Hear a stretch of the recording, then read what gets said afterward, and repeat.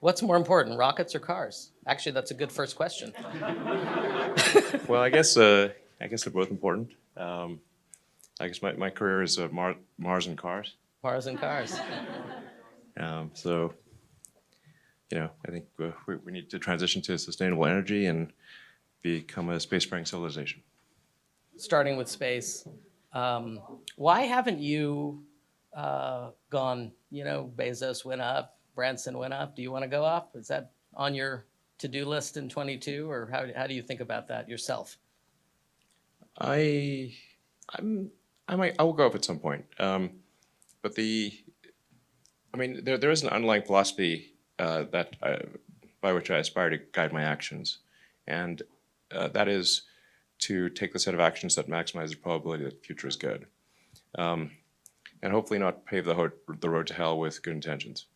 So, SpaceX is the point of SpaceX is to help make humanity a spacefaring civilization and ultimately a multi-planet species, so as to expand the scope and scale of consciousness and ultimately better understand what questions to ask about the answer, which is the universe.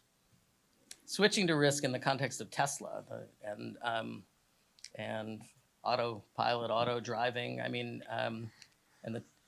One of our competitors had a big piece on that this weekend, that it's not all the way thought through, and it's back to risk. How do you think about?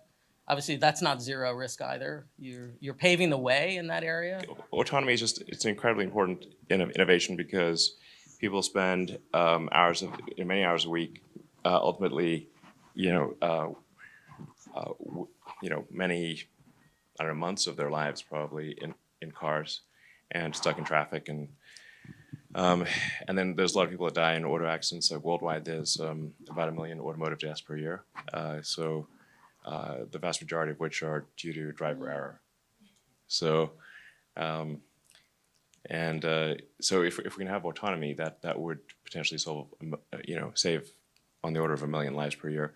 And there's about 10 million serious accidents where there's a permanent injury per year. So it's one of those things where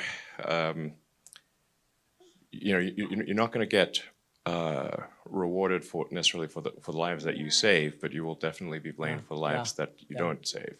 There was something somebody said to me at the beginning of when we were pursuing autonomy. He said that even if you save 90% of the lives, the 10% that you don't save are going to sue you. Right. A lot of people are worried about democracy, the future of democracy, the state of democracy. Part of that's tied to Silicon Valley. Wait, we have democracy? Well, I don't know. Yeah, are you? My question is, are you worried about democracy? Where? Here. Okay. For a start, here. I guess things are going okay in the grand scheme of things. It's easy to complain, but the fact of the matter is, this is the most prosperous time in human history. So, but people's expectations always adjust to however good things get, people's expectations will always kind of recalibrate to how things are. But if we stand back and say okay, is there really some point in history where you'd rather be? And by the way, have you actually read history?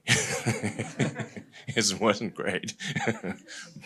So I think we should be, probably happier with the way things are than maybe sometimes people are.